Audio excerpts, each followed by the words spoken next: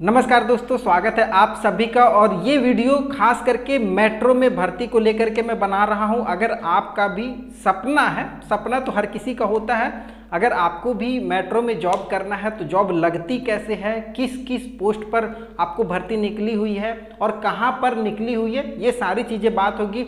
बहुत बड़ी अपॉर्चुनिटी है खास करके मेट्रो में अगर आप जॉब करना चाहते हैं तो।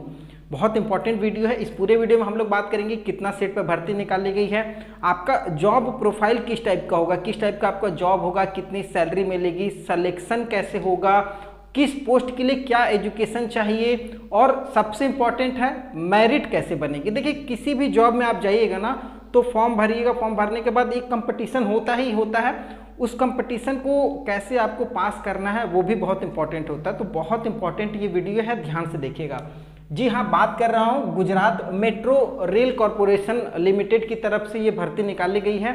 2023 में अगर सीट के हिसाब से बात करेंगे तो 424 टोटल सीट पर भर्ती निकल करके आई है। अपने आप में 424 अच्छी खासी भर्ती होती है यार। जनरली गवर्नमेंट में इतनी भर्तियां नहीं आती है, खास करके मेट्रो वगैरह में अगर देखिएगा तो। और सबसे इंपॉर्टेंट क्या है ना, ऑल इंडिया बेसिस पे नॉन एग्जीक्यूटिव के पद पर भर्ती निकाली गई है। ठीक है, नॉन एग्जीक्यूटिव के पद पर यह भर्ती निकाली गई है ऑल इंडिया बेसिस पे। थोड़ा सा एलिजिबिलिटी आप समझ लीजिए। अगर फॉर्म चालू की बात करेंगे तो 10 मई से फॉर्म चालू हो चुका है, 9 जून तक भरा जाएगा। मतलब आज हो गया 11 तारीख हो गया, आप आज 11 तारीख है तो 10 तारीख मतलब कल रात से ये फॉर्म चालू है। ऑनलाइन के माध्यम से भरना है। अगर आप भरना चाहते हैं तो वेबसाइट का लिंक मैंने डिस्क्रिप्शन में भी दिया हुआ है, या फिर अगर मेरे टेलीग्राम चैनल से नहीं जुड़े हैं ना तो जुड़ जाइए, वहाँ पर भी मैंने इसका लिंक दे दिया है। वहाँ से भी आप डायरेक्टली इस वेबसाइट में जा करके फॉर्म को भर सकते हैं। बहुत इंपॉर्टेंट है, ये डेट ध्यान में रखिएगा, 10 मई से 9 जून तक फॉर्म भर लेना है। फॉर्म फी की बात करेंगे तो अगर आप गुजरात के हैं तो आप अगर जनरल कैंडिडेट में हैं, और अगर गुजरात के बाहर हैं तो भी आप जनरल में आएंगे। तो अगर जनरल कैंडिडेट में है तो 600 रुपये फ़ी लगेगा। और अगर गुजरात वाले कैंडिडेट जो भी SEBC में या OBC में आते हैं उनको 300 रुपये लगेगा, या फिर गुजरात के SC ST या EWS जो भी कैंडिडेट हैं उनको 150 रुपये यहाँ पर फ़ी लगने वाला है। तो ये फ़ी आप अपने हिसाब से देख लीजिए, फॉर्म भरना है या नहीं भरना है। अगर पैसे को सोचिएगा तो फिर बहुत दिक्कत है, 600 रुपये कुछ नहीं होता यार, मेट्रो में इतना लगता है। उसके बाद एलिजिबिलिटी की बात करेंगे तो यहाँ पर मैंने एक बॉक्स में ही सारा कुछ आपको समझा दिया है। देखिए, अगर मैं बात करूँगा मैंने क्या क्या कॉलम बनाया है, पोस्ट, किस पोस्ट में भर्ती निकली हुई है, कितना सीट निकला हुआ है, कितना एज चाहिए और क्या एजुकेशन चाहिए, समझिएगा एकदम आसान से। पहला नंबर स्टेशन कंट्रोलर और ट्रेन ऑपरेटर। अब ये तो तरीके का पोस्ट है। स्टेशन कंट्रोलर का मतलब आप समझ गए भाई, जो एक नॉर्मल मेट्रो के जो स्टेशन होते हैं उसको जो कंट्रोल करता है वो कंट्रोलर हो गया। और ट्रेन ऑपरेटर जो ट्रेन वगैरह को लेकर के जाता है वो ट्रेन ऑपरेटर हो गया। इसमें अगर दोनों को मिला करके बात करेंगे तो 150 सीट है। मतलब अपने आप में ये बहुत अच्छी भर्ती है, 150 सीट है। और एज की बात करेंगे ना तो 18 से 28, मिनिमम 18 दिया हुआ, अब क्या चाहिए, और मैक्सिमम 28 साल तक। और ये कब कैलकुलेट होगा तो फॉर्म निकलने का डेट मतलब 10 मई 2023 तक। अगर आपका 18 साल कंप्लीट हो चुका है या 28 साल से कम है जनरल कैंडिडेट तो फिर फॉर्म भर सकते हैं। रहा बात छूट की तो SC ST को 5 साल की छूट मिल रही है और OBC को 3 साल की छूट मिल रही है। ठीक है, तो ये आप अपने हिसाब से देख लीजिएगा। ये हो गया एज की बात। अगर एजुकेशन की बात करेंगे ना तो स्टेशन कंट्रोलर और ट्रेन ऑपरेटर के लिए अगर आपने डिप्लोमा वगैरह किया हुआ है मैकेनिकल से, इलेक्ट्रिकल से, कंप्यूटर से, इलेक्ट्रॉनिक्स कम्युनिकेशन से, या फिर नॉर्मल इलेक्ट्रॉनिक्स से भी अगर आपने डिप्लोमा किया हुआ है तो फिर आप इस फॉर्म को भर सकते हैं। मतलब कोई एक्सपीरियंस का ज़रूरत नहीं है, बस आपका डिप्लोमा होना चाहिए। तो डिप्लोमा वाले जो भी लड़के हैं ध्यान दीजिएगा, डिप्लोमा और ITI वाले, ठीक है। तो डिप्लोमा आपका इसी स्टेट में है तो आप इस पोस्ट में जा सकते हैं। उसके बाद है कस्टमर रिलेशनशिप असिस्टेंट की भर्ती निकल करके आई है। ये भी बहुत इंपॉर्टेंट पद है जिसमें 46 सीट है। ठीक है, कस्टमर रिलेशंस आप देखे होंगे, जैसे बहुत सारे टिकट वगैरह काटते हुए हैं, देखे होंगे बैठे होते हैं।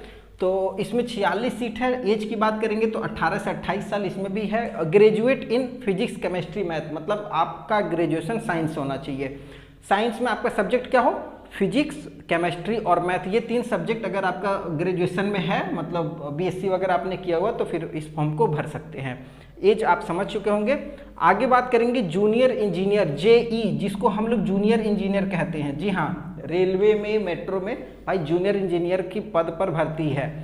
अगर आपका इलेक्ट्रिकल में जाना चाहते हैं 31 सीट है, इलेक्ट्रॉनिक्स में जाना चाहते हैं 28 सीट है, मैकेनिकल में 12 है और सिविल में 6 है। ये जो ट्रेड है ना, इसमें आपका डिप्लोमा होना चाहिए, नॉर्मल सी बात है। डिप्लोमा और आईटीआई वाले के लिए भर्ती है। तो अगर आपका मान लीजिए डिप्लोमा है इलेक्ट्रिकल से तो आप 31 सीट पे जा सकते हैं। अगर आपका डिप्लोमा इलेक्ट्रॉनिक्स में है तो 28 सीट पे जाइए। अगर डिप्लोमा मैकेनिकल से किए हो तो 12 सीट पर आवेदन कर सकते हैं। अगर डिप्लोमा सिविल से है तो 6 सीट। कोई अदर ट्रेड वाले अदर ट्रेड में आवेदन नहीं करेंगे। मान लीजिए इलेक्ट्रिकल वाले अगर सोचेंगे सिविल का फॉर्म भर दे तो ये नहीं हो सकता है। जिस ट्रेड में है उसी ट्रेड में आप आवेदन कीजिएगा, लेकिन डिप्लोमा होना चाहिए।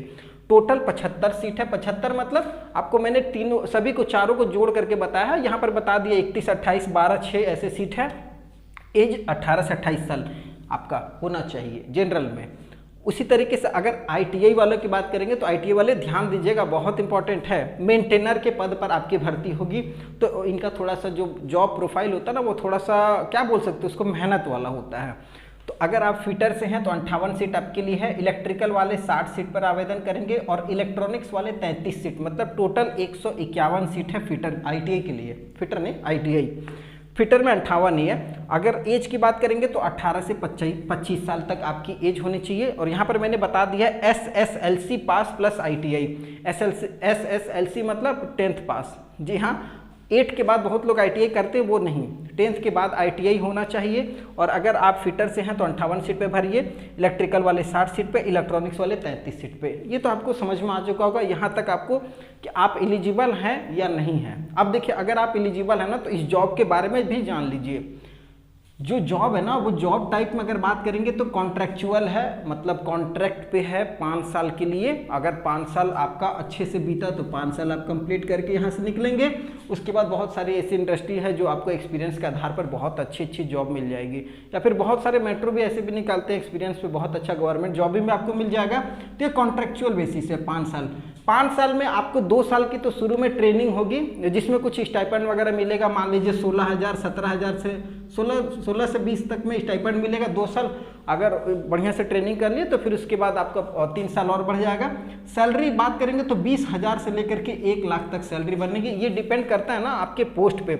अब अगर यही स्टेशन कंट्रोलर या स्टेशन ट्रेन ऑपरेटर में जाइएगा तो यहाँ पर आपकी सैलरी आराम से 35-40 के ऊपर रहेगी। लेकिन वही मेंटेनर में बात करेंगे तो हो सकता है 25-30 की सैलरी आपको आराम से बनेगी। तो यहाँ पर मैं सबको नहीं लिखा हूँ, 20,000 से 1 लाख के बीच में आपकी सैलरी बनेगी। तो सैलरी का चिंता नहीं करना है। दूसरा, सिलेक्शन प्रोसेस बहुत इंपॉर्टेंट है। देखिए, सिलेक्शन प्रोसेस बताया गया कि रिटन टेस्ट होगा और गुजराती लैंग्वेज में भी कुछ टेस्ट लिया जाएगा। तो रिटन टेस्ट में बात करेंगे तो 100 नंबर का आपका रिटन टेस्ट हो जाएगा। और गुजराती लैंग्वेज की बात करेंगे तो 20 नंबर का आपका गुजराती लैंग्वेज होगा। अब यहाँ पर गुजराती लैंग्वेज आ गया तो अदर स्टेट वाले कैंडिडेट थोड़ा सा डर गए होंगे, तो ये भी मैं आपको क्लियर कर देता हूँ। गुजराती लैंग्वेज जो है ना, ये केवल आपको पास है, बस पास हो जाइए, इसका मेरिट में कोई रोल नहीं है। ठीक है, इसको केवल आपको पास होना है, मेरिट में नहीं जाएगा। मेरिट में आपका केवल रिटन टेस्ट रहेगा, ठीक है, 100 नंबर का। इसमें जो भी आपका परफॉर्मेंस रहेगा उसी के आधार पर आपका सिलेक्शन होगा। अब एग्जाम पैटर्न को समझ लीजिए। अगर आप स्टेशन कंट्रोलर या ट्रेन ऑपरेटर या कस्टमर रिलेशन या जेई, इन शुरू का तीनों में से किसी में भी आवेदन करते हैं तो आपके लिए ये सिलेबस होने वाला है। सिलेबस में क्या क्या रहेगा? लॉजिकल एबिलिटी एंड रीजनिंग से आपका 20 सवाल रहेगा। क्वांटिटेटिव एप्टीट्यूड से आपका 20 सवाल रहेगा। जनरल इंग्लिश से 20 सवाल रहेगा और टेक्निकल से आपका 40 सवाल रहेगा। मतलब आपकी ट्रेड से तो सवाल रहेगा ही रहेगा सबसे ज़्यादा, और फोकस आपका ट्रेड पे करना है। तो टोटल 100 सवाल रहेगा, ठीक है, 100 सवाल 100 नंबर का। 2 घंटे का पेपर होगा। 1/4 नेगेटिव मार्किंग भी रखा गया है, मतलब 4 गलत पे 1 नंबर कटेगा। और एक चीज़ और मैं आपको बता देता हूँ कि आपको क्वेश्चन, अगर आप इसको छोड़ रहे हैं, मतलब 100 क्वेश्चन है, अगर बाई चांस किसी क्वेश्चन को आपने पास कर दिया, नहीं बना, उसमें भी आपका नेगेटिव मार्किंग है। तो ये थोड़ा सा आश्चर्यजनक है। अगर आप छोड़ भी देते हैं तो भी आपका नेगेटिव मार्किंग होगा। तो कोशिश कीजिएगा कि क्वेश्चन को ज़्यादा से ज़्यादा अटेम्प्ट करें, सॉल्व करें। वैसे भी मान लीजिए छोड़ने पे नेगेटिव मार्किंग है तो अटेम्प्ट करना ही अच्छा है, क्या पता वो सही हो जाए, ठीक है। तो ये चीज़ ध्यान दीजिएगा। गुजराती लैंग्वेज आपको मैंने बता दिया, ओनली पास, नो मेरिट, केवल पास कर जाना है। अब अगर मैं बात करूंगा मेंटेनर वाले, थोड़ा सा अपना ध्यान दीजिएगा। आईटीआई वाले जो हैं, आईटीआई वाले के लिए टेक्निकल से 40 सवाल रहेगा। वही आपका लॉजिकल से और रीजनिंग से 15 सवाल रहेगा। यहाँ पर घट गया, जबकि यहाँ पर 20 था। मैथ से आपका 10 सवाल रहेगा, अगर आपका मैथ कमज़ोर है तो थोड़ा सा आप बच सकते हैं। उसके बाद जनरल इंग्लिश से 15 सवाल रहेगा और गुजराती लैंग्वेज से 20 सवाल रहेगा। मतलब गुजराती आपको देना ही देना है, क्योंकि अब भाई गुजरात में आपकी प्लेसमेंट होगी, गुजरात में आपको काम करना है। एग्ज़ाम जो सेंटर की बात होगी तो वो गुजरात में ही होने वाला है, आपको गुजरात में ही एग्ज़ाम जा करके देना पड़ेगा। और अगर आपका मान लीजिए इसमें सिलेक्शन होता है, 60% नंबर कम से कम चाहिए general category, OBC, SC ST वाले 50% में आगे क्वालिफाई कर जाएंगे नेक्स्ट स्टेप के लिए, ठीक है। तो ये आप अपना समझ गए होंगे। बाकी बात गुजराती लैंग्वेज केवल आपको पास करना है।